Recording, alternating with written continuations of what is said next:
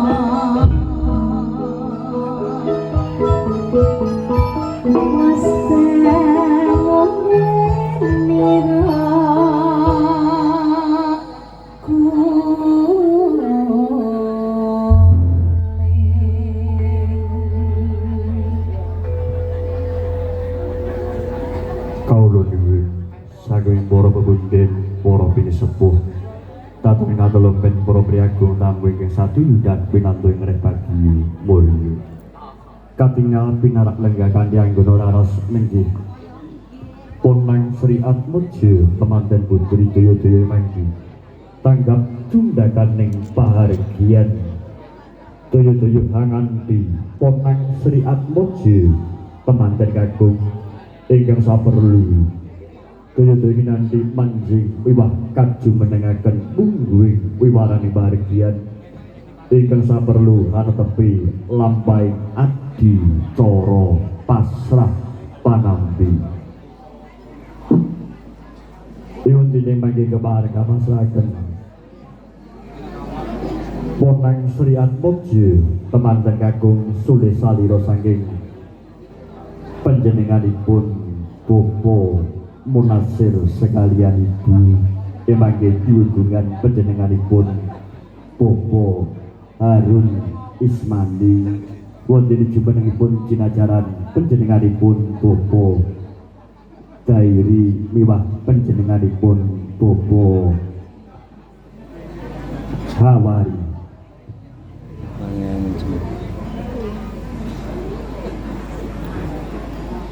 Iwan dini ingkang kepareng nampi pangandika masalah sangi panjenenganipun Bopo Harun Ismandi daya-daya mangke tinampi nggih ingkang tinagendah minangka sulih salira saking panjenenganipun Bopo Sumarno sekalian ibu mangke nyuwun gungan panjenenganipun Bopo Siswanto Sarjana Sosial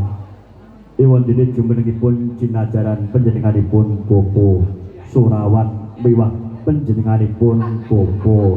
Heri Listanto kunjuk para parang-para ingkang kawula sempating ayun kawula suwun daya-daya samapta ingkang sawega inggih wondene lampahing ponang Sri Atmojo temanten kakung kabiwado umeling ladrah wilujeng dhuwur